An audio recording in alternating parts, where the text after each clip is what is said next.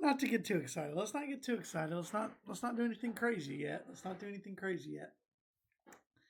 Now, I was taking a chill kind of night, just going over the Seahawks film and just watching a couple plays here and there, and then just Adam Scheffner notification comes across my phone. 8-time Pro Bowl linebacker Von Miller expected to sign with the Dallas Cowboys. Surprised? A little bit. Should I have been surprised? No. Von Miller has not kept it a secret that he wants to play in Dallas. He's posted all over social media. He's actually been at the Cowboys training facility in Oxnard, California, just a couple different days. Made it real clear he wants to be a Dallas Cowboy. And, of course, kind of late here in camp, they make it official. Now, I will say I've seen these kind of things with the Cowboys play out. I've seen players kind of, hint towards Dallas and be name talked about with Dallas. Nothing happened. So if Von Miller didn't become a Cowboy, I wouldn't have been surprised. But that's just kind of how Dallas has played things. But now, and we can confirm it here with Von Miller's official page right there, picking out the number for himself already. Von Miller going to be a Dallas Cowboy. Now, I know you have a lot of questions here, and obviously, are we going to win the Super Bowl? I know all these things. We'll answer them. Don't worry. But I think what's one thing that can be important to stress here with Von Miller, let's not get crazy. Let's not overreact just yet. Let's pump the brakes. Pump the brakes. No, let's pump the brakes. Let's pump the brakes. Von Miller is 37 years old. He is not 2015 Von Miller. He is not defensive Super Bowl MVP Von Miller. We are past those days. But I think he can still add some things to you. I think he can still be real valuable to you. I want to say, because I think a lot of people will wonder about what happens to your starters, Rashawn Gary, what happens to Donovan Izaraku. Nothing happens. Those are two of your starters. Von Miller had 9 sacks last year. Now, Cowboys needed 9 sacks added to their team last year. But Von Miller played well. He only played in 37% of Washington's snaps. And I think that is a key metric. He only played in 37 of their total snaps, meaning he's not playing every rush down. He is not always on the field. And I don't think he'll be on the field all the time for Dallas. And that's okay. That's all okay. I don't expect a 37-year-old pass rusher to always be on the field. Now, where he can be impactful for the Cowboys is when you get in a situation where Rashawn Gary, Donovan, they get you into a good spot, and now it's 3rd and 8. And now the New York Giants, Jackson Dart, they have to throw the ball here. It's 3rd and 8. They need 8 yards to make a first down. So Dart's going to drop back. But before that happens, you're going to send Von Miller onto the field. And Von Miller is going to line up against the right tackle, and a fresh set of legs is going to go out there, and he's going to sack Jackson Dart.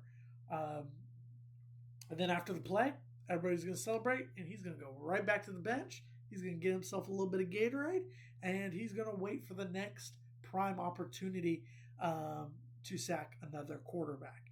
And I think that's what's key about the Von Miller signing. He is going to be limited in how much he actually plays, but I think the few plays that he has can be impactful. And I want to point out something I remember from a couple seasons ago.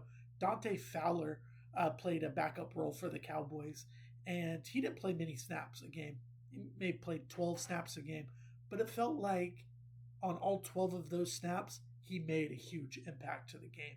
And if you gave him a couple more snaps, it didn't seem that impact always translated. So sometimes playing in that limited role is actually key to keeping your guy, energized and just ready to go.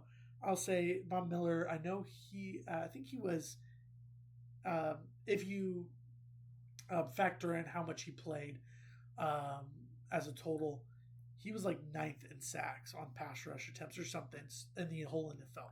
So when he was in the game, he was making a big impact on the game. But again, he's only going to be in the game limited time. So can he be a difference maker and win a Super Bowl? Maybe. I remember 2020, 2021 when he signed with the Rams. He was that last piece of their puzzle when they went all in and won the Super Bowl that year. I don't think Von Miller is as big of a difference maker as he was 6 years ago.